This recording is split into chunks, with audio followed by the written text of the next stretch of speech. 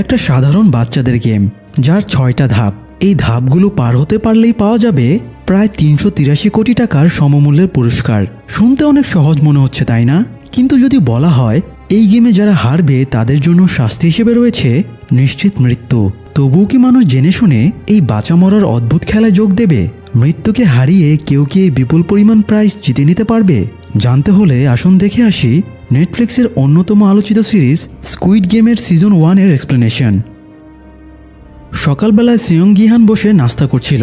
তখন তার মা তাকে কিছু টাকা দিয়ে বলে গিহান যেন আজকে তার মেয়ে গাইয়ংকে কোথাও খেতে নিয়ে যায়। আজ গাইয়ং এর জন্মদিন। গিহান একটা অকর্মক, জুয়ারি, ভাবলেশীন লোক। কোনো কাজই সে ঠিকঠাকভাবে করতে পারে না। তাই তার বউ তাকে ডিভোর্স দিয়ে অন্য একজনকে বিয়ে করেছে। তাদের মেয়ে গাইয়ংও তার মা এবং সৎ বাবার সাথে থাকে। যাই হোক, গিহানের মা কাজে বেরিয়ে গেলে সে মায়ের লুকিয়ে রাখা ক্রেডিট কার্ডটা চুরি করে নেয়। তারপরে এটিএম বুথে গিয়ে কার্ডের টাকাগুলো তুলে নেয়। সেই টাকা নিয়ে চলে যায় ঘোড়দৌড়ের আস্তানায়। তার জুয়া খেলার খুব নেশা ছিল, তাই ঘোড়দৌড়ে সে টাকা লাগিয়ে দেয়। প্রথমের দিকে হেরে গেলেও শেষ পর্যন্ত সে অনেকগুলো টাকা জিতে নেয়। জেতার আনন্দে টাকা ভাঙানোর সময়ে সে ক্যাশ কাউন্টারের মেয়েটিকে কিছু টাকা টিপসও দিয়ে দেয়। এরপরে ফোনে মেয়ের সাথে কথা বলতে বলতে সে বাইরে আসে। বাইরে এসেই দেখে কিছু লোক তার দিকে দৌড়ে আসছে। এই লোকগুলো আসলে তার পাওনাদার। গিহান তাদের দেখে পালানোর জন্য দৌড় দেয়। দৌড়ানোর সময়ে তার একটা মেয়ের সাথে ধাক্কা লাগে। মেয়েটাকে সরি টরি বলে সে দৌড়ে বাথরুমে ঢুকে পড়ে, কিন্তু পাওনাদার সেখানেও চলে আসে। তারা মেরে গিহানের নাক মুখ ফাটিয়ে দেয়। গিহান বলে তার কাছে অনেক টাকা আছে, সে এই টাকা দিয়ে ধার শোধ করতে পারবে। এই বলে সে পকেটে হাত দিয়ে দেখে পকেটটা কাটা, একটা টাকাও পকেটে নেই।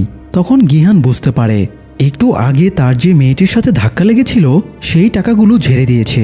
গিহান পাওনাদারের কাছে হাত পা ধরে বলে সে সামনের মাসে টাকা শোধ করে দেবে।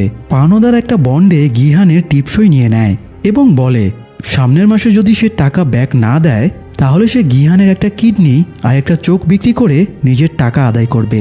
মারঠার খেয়ে গিহান আবারও ক্যাশ কাউন্টারে ফিরে আসে।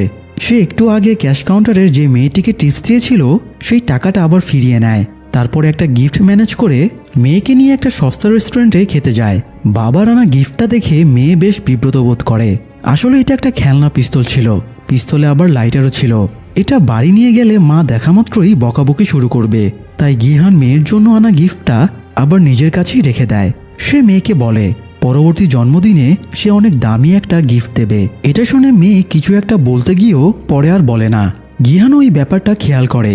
যাই হোক, মেয়ের সাথে সুন্দর সময় কাটিয়ে সে তাকে আবার প্রাক্তন স্ত্রীর কাছে পৌঁছে দিয়ে চলে আসে। মেয়েকে রেখে মেট্রো স্টেশনে আসতেই সে সামান্য